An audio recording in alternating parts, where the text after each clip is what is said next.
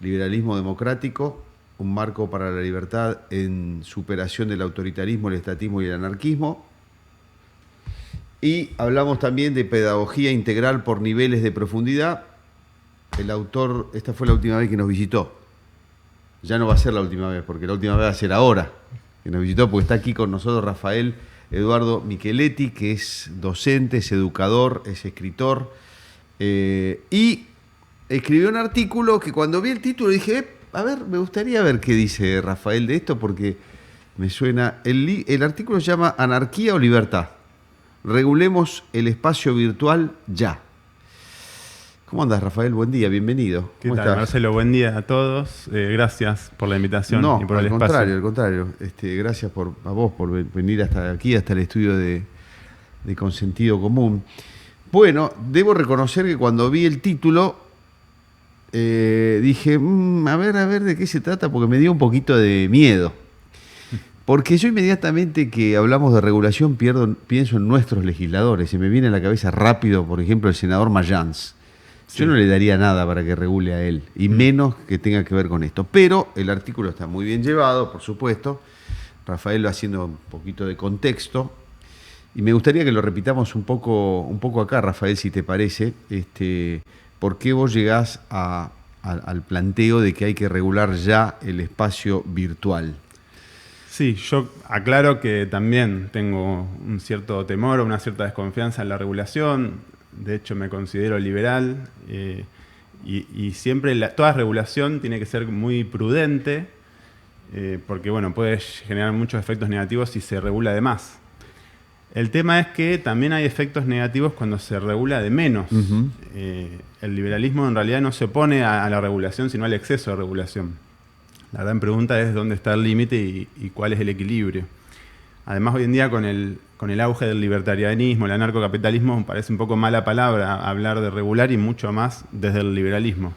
Claro, Pero ahí en términos teóricos comparto absolutamente el planteo. Yo te hacía como un poco una trampa, pero que no sé. Claro, yo te presentaba el senador Mayans, la diputada Moró, es decir, Sí. voy a decir, regulando precisamente no son prudentes y tampoco entienden mucho de algunos temas que ellos mismos están legislando. Entonces, ¿cómo hacer para no estar ni en la anarquía ni caer en las manos de gente que no entiende y que generalmente tiene una tendencia a exagerar las regulaciones? Bueno, ahí la clave es la calidad democrática. A mayor calidad democrática, menor riesgo en la regulación, menor exceso, más capacidad de presión y de control de la ciudadanía y de la sociedad civil ante cualquier exceso o equivocación, más capacidad de reacción del sistema. Nosotros en Argentina, bueno, lo vivimos con la ley de alquileres, por ejemplo.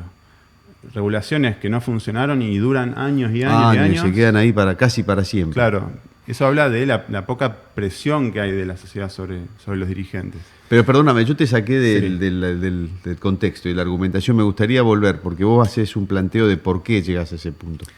Bueno, ese equilibrio de regulación, equilibrio, digamos, entre la desregulación y la regulación, suele romperse cuando hay grandes revoluciones tecnológicas.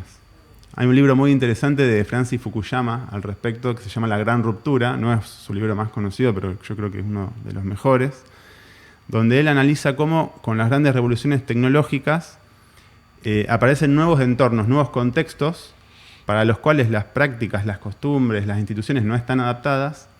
Entonces suele haber espacios o entornos de anarquía. La anarquía es la ley del más fuerte, la anarquía corrompe, la anarquía genera impunidad y suele fomentar malas prácticas.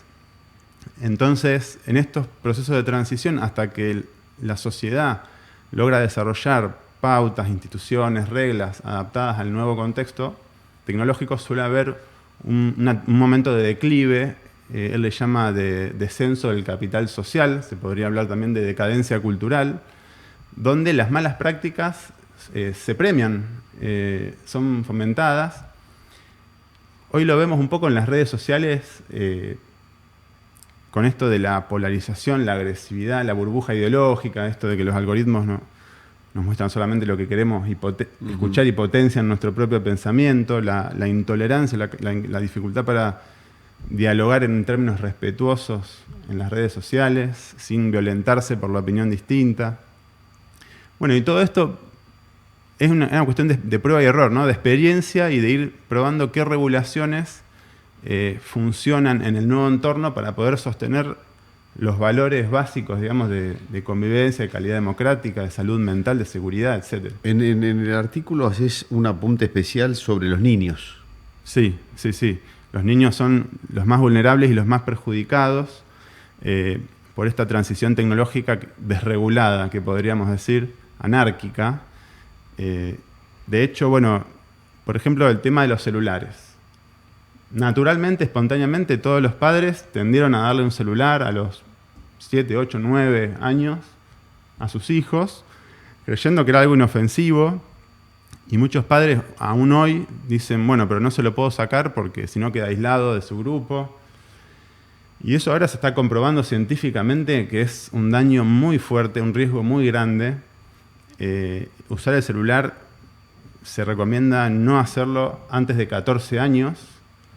Y está demostrado que, bueno, afecta la capacidad atencional, la memoria de trabajo, la velocidad de procesamiento, el desarrollo cognitivo, los aprendizajes, genera niveles de ansiedad. No es solo la distracción del celular o la pérdida de tiempo, digamos, mientras uso el celular, sino que tener un celular, incorporarlo a tu vida, cuando vos estás en desarrollo, cuando tu cerebro no se terminó de desarrollar, puede generar daños permanentes y daños o secuelas para toda la vida, o afectar el proceso de desarrollo cognitivo y el normal desarrollo de un niño. Rafael, supongamos que en vez de tener los legisladores que tenemos y que mencionamos, tenemos gente más capacitada, más equilibrada. ¿Por dónde deberían pasar, según tu criterio, estas regulaciones que vos pedís? Bueno, hay muchas cuestiones desde los celulares, el anonimato, las redes sociales. Como vos marcás, tendríamos primero generar una buena calidad democrática, esto es división de poderes, transparencias, mayor competitividad del sistema político, y generar una autoridad de aplicación que sea designada por amplio consenso, una autoridad de aplicación imparcial, independiente, que tenga control judicial posterior, como están usando, por ejemplo, en la Unión Europea. En la Unión Europea, las grandes plataformas tecnológicas tienen la obligación de mostrar el algoritmo a la autoridad de aplicación. La autoridad de aplicación puede analizar el algoritmo, ver qué patrones, qué tipos de conducta está fomentando, si tiene procesos que puedan ser engañosos o insalubres. Porque el algoritmo en el fondo son como si fueran leyes públicas, que digamos, las redes sociales, el espacio virtual, es un espacio público de libre concurrencia, de interacción, donde vos muchas veces interactúas con gente que no conocés. Entonces, los algoritmos terminan siendo el equivalente de leyes públicas, con lo cual no pueden quedar enteramente a criterios privados. Pueden abrirse a innovación, determinadas cuestiones, pero dentro de un marco de reglas que prioricen lo que es la seguridad, la salud mental, la sana convivencia, la democracia, etc. Hay algunos países o algunas regiones que ya están empezando a tratar de regular de alguna manera, ¿no? ¿Quiénes son los que están más avanzados en eso? Y si te parece que lo están haciendo bien o se pasaron de la raya. La Unión Europea, yo creo que es Europa en general, está como en un proceso de prueba y error. Generaron una autoridad de aplicación, una ley de servicios digitales, le obligan a las plataformas a transparentar y regulan los algoritmos. Yo creo que la Unión Europea es de lo más avanzado. Y también Australia. Australia prohibió las redes sociales para menores de 16 años y obliga, esto fue una ley de 2024, y obliga a las redes sociales, a las grandes compañías, a hacerse cargo de los métodos eficaces de verificación de edad. De hecho, se está hablando de usar la verificación facial, que es aparentemente la que tendría menos margen de error para determinar la edad de la persona. Obviamente es un proceso de prueba y error, como toda nueva realidad. Eso se va a ir viendo con la experiencia, pero creo que Australia es de lo más avanzado. Y también en Australia hay una ley que pone multas disuasorias a las grandes plataformas y a las redes sociales, que obliga a que negocien con los medios de información, con el periodismo, bajo la creencia de que un periodismo sólido, vigoroso, es fundamental para la democracia. O sea, tener fuentes de información confiables, una buena cantidad de personas que se puedan dedicar a eso de lleno. Y entonces, si no generan acuerdos por la información que circula en las redes sociales generada por los periodistas, les va una multa. Y se los obliga a que tengan un acuerdo. A que tengan un acuerdo, a que negocien. Equilibran la balanza de las grandes plataformas con los periodistas y los medios de comunicación. Y hasta ahora ha funcionado bien porque se han generado muchos acuerdos y no se han tenido que aplicar las multas. Y bueno, eso le da una recompensa adecuada, razonable, y establece una sana competencia incluso, en mayor igualdad de condiciones, para fortalecer un periodismo que es fundamental para la democracia. Uh-huh. Por último, nosotros acá en Argentina, tanto por lo que hablábamos antes de la calidad democrática, la calidad de los legisladores, o porque siempre venimos un poquito más atrás, estamos lejos de esto. Sí. Sí, lejos. la verdad que sí, muy lejos. Sería muy peligroso que lo hagan en estas condiciones.